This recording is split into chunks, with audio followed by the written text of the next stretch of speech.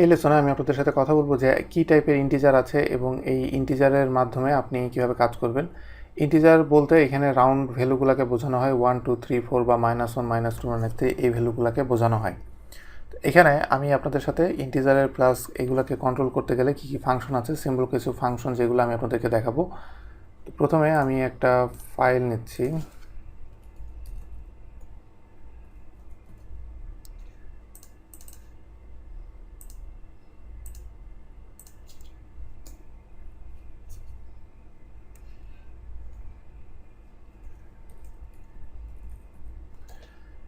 এটার ভিতরে আমি প্রথমে এখানে জাস্ট দুইটা ভেরিয়েবল নেব।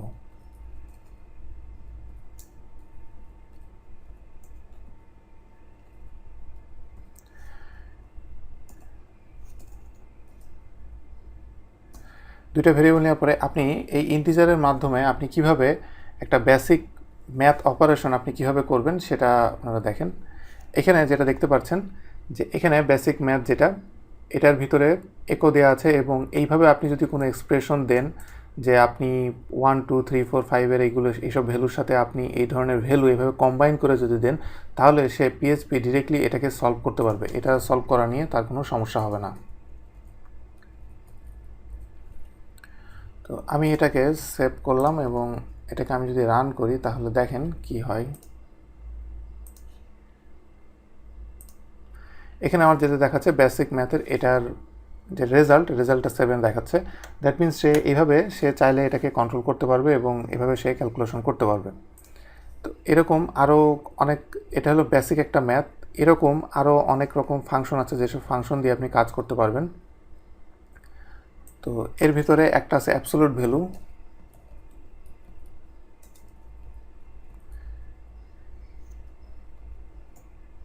এরপরে এক্সপোনেনশিয়াল,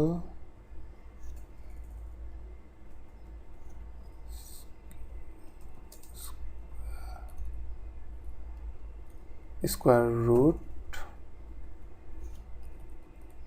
মডুলো,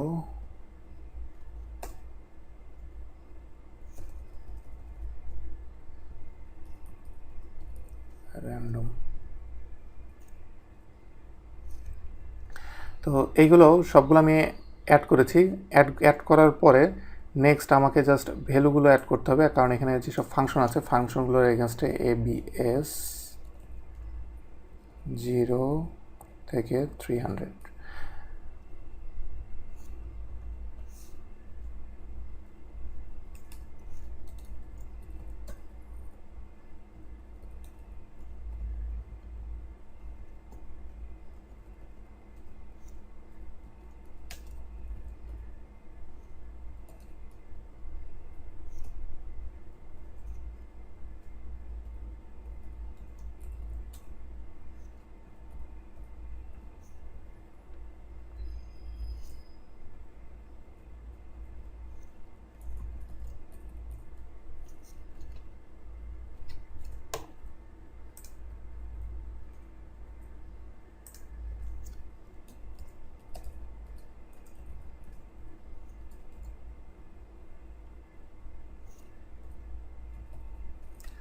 ওকে, আমি বেশ কয়েকটা ফাংশন এখানে আমি অ্যাড করেছি। এই ফাংশনগুলো দিয়ে কী করা হয়, অ্যাবসোলুট ভ্যালু আপনি যদি বের করতে চান তাহলে আপনি এইভাবে ফাংশনটাই লিখতে হবে। এক্সপোনেনশিয়াল যদি বের করতে চান, 2-এর এক্সপোনেনশিয়াল যদি আপনি 2 টু দ্য পাওয়ার 8 আপনি যদি বের করতে চান, সেটা আপনি পাওয়ার দিয়ে আপনি বের করতে পারবেন। স্কোয়ার রুট করতে চাইলে SQRT দিয়ে যত স্কোয়ার রুট বের করতে চান সেটা এখানে বের করতে পারবেন।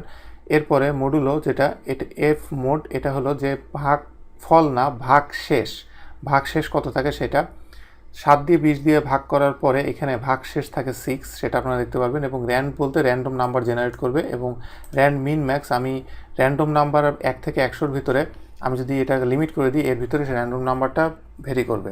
তো এটাকে আমি সেভ করলাম এবং এটাকে আমি যদি রিফ্রেশ দিই তাহলে এখানে দেখেন যে সবগুলো এখানে ঠিকমতো আছে এবং র্যান্ডম যেটা এটা এখন একটা আছে এবং মিনিমাম ম্যাক্সিমাম এটা একটা আছে। আমি রিফ্রেশ দিলে দুইটাই চেঞ্জ হবে, এটাও চেঞ্জ হয়েছে, এটাও চেঞ্জ হয়েছে এবং কন্টিনিউয়াসলি এটা বারবার চেঞ্জ হতে থাকবে। তো এইভাবে আপনি এই যেসব ফাংশন আছে ম্যাথের, এই ফাংশনগুলো আপনি এইভাবে নিয়ে আপনি কাজ করতে পারবেন। এরপরে আপনি কিভাবে এইগুলাকে অ্যাড করবেন বা সাবস্ট্রাক্ট করবেন সেটা আমি আপনাদেরকে দেখাচ্ছি।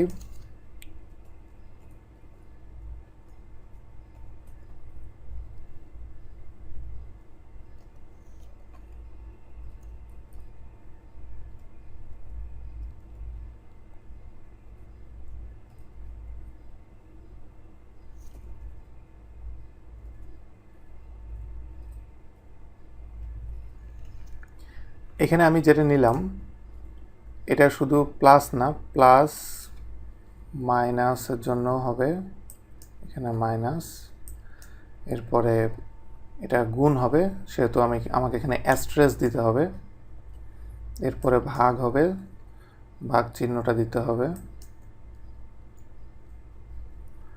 তো আমি সবগুলো এখানে দিলাম। এখানে সে যে কাজটা করছে প্রথমে সেটাকে বি যা আছে সেটার সাথে সে প্লাস করবে, বি এর সাথে যদি সে প্লাস করতে চায় প্লাস, এটা আমাকে এইভাবে লিখতে হবে বি যা আছে তার সাথে +4, এবং এটা আমার শর্টকাটে আমি এটা এইভাবে লিখতে পারবো।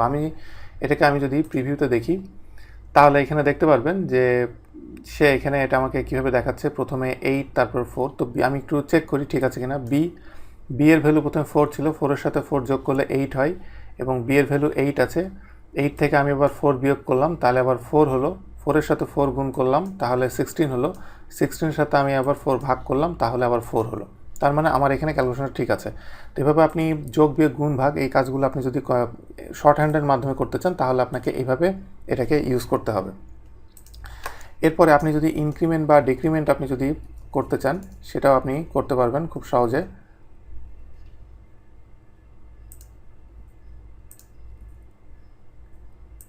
প্রথমটা হলো ইনক্রিমেন্ট জিনিসটা সবই সেম, জাস্ট আমি এখানে একটা +1 দেব, এবং +4-এর জায়গায় কারণ ওখানে +4 ইনক্রিমেন্ট হয়েছে, এখানে +1 ইনক্রিমেন্ট হবে। তো এইটা সব প্রোগ্রামেই অলমোস্ট সব প্রোগ্রামে এটা কমন যে এইভাবে না দিয়ে আমি ডবল প্লাস যদি দিই $B++ এটা দিলে সে এক করে সেটাকে ইনক্রিমেন্ট করবে। এবং একইভাবে আমি যদি এটাকে ডিক্রিমেন্ট করতে চাই তাহলে এখানে প্লাস যেটা আছে প্লাসের জায়গায় আমি মাইনাস দেব, মাইনাস দিয়ে এটাকে আমি ডিক্রিমেন্ট করতে পারবো। এটাকে আমি যদি রিফ্রেশ দিই তাহলে দেখেন যে ইনক্রিমেন্ট 4 ছিল, 4-এর থেকে 5 হয়েছে, আবার 1 বিয়োগ করে 5-এর থেকে 4 চলে এসেছে। তো এইভাবে আপনি এই ইনক্রিমেন্ট ডিক্রিমেন্ট এইভাবে আপনি এটা খুব সহজে এইভাবে করতে পারবেন। এরপরে আরেকটা ব্যাপার যে আমি এখানে echo 1 + 1 আমি যদি এটা দিই এটার আউটপুট কি হবে আপনার কাছে কি মনে হয়? যে echo দিয়েছি, এটা হলো একটা নাম্বার, এটা হলো একটা স্ট্রিং। তো দুইটাই যদি আমি এরকম দিই তাহলে সেই ক্ষেত্রে এটার আউটপুট কি হতে পারে আমরা আগে সেটা দেখি। তার আগে সেভ, আপনাকে অবশ্যই অলওয়েজ সবসময় সেভ করতে হবে, সেভ না করলে এখানে আপডেট ভ্যালু আপনাকে দেখাবে না। এখানে দেখাচ্ছে 2, তো আমার এটা স্ট্রিং, কেন এটা 2 দেখালো? কারণ পিএসপি তার বেস্টটা ট্রাই করে যে সে অটোমেটিকলি এটাকে মানে ট্রাই করে বুঝার যে এটা আসলে ইন্টিজার নাকি ফ্লট ভ্যালু নাকি স্ট্রিং নাকি এইটা, এবং সেটার আউটপুট কী টাইপের হতে পারে। তো যেহেতু সে এটা নাম্বার পেয়েছে, এখানেও একটা স্ট্রিংয়ের ভিতরে নাম্বার পেয়েছে, যার কারণে সে এটাকে ইন্টিজার করে এই দুটাকে যোগ করে আউটপুট দিয়েছে। আমি যদি এখানে 1-এর জায়গায় 3 votes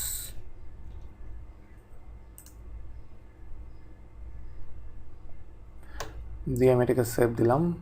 এখন আমি এটাকে যদি রিফ্রেশ দিই তাহলে দেখেন সে এখানে আমাকে কী দেখাচ্ছে, আমি 3 votes +1 দিয়েছি, এখানে আউটপুটে দেখাচ্ছে 4। তার মানে সে শুধু প্রথমটুকুকে নিয়েছে এবং এটার সাথে 1 নিয়েছে।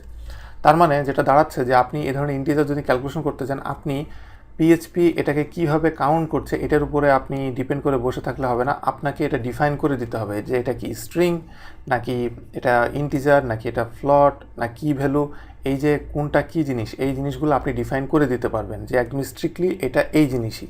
তা আমি যদি স্ট্রিক্টলি এটা যদি আমি বলেই দিই যে এটা হলো স্ট্রিংয়ের সাথে এটা, তখন আর সে যোগ করতে পারবে না। তো সেই জিনিসটা সামনে আসবে কীভাবে আপনি করবেন।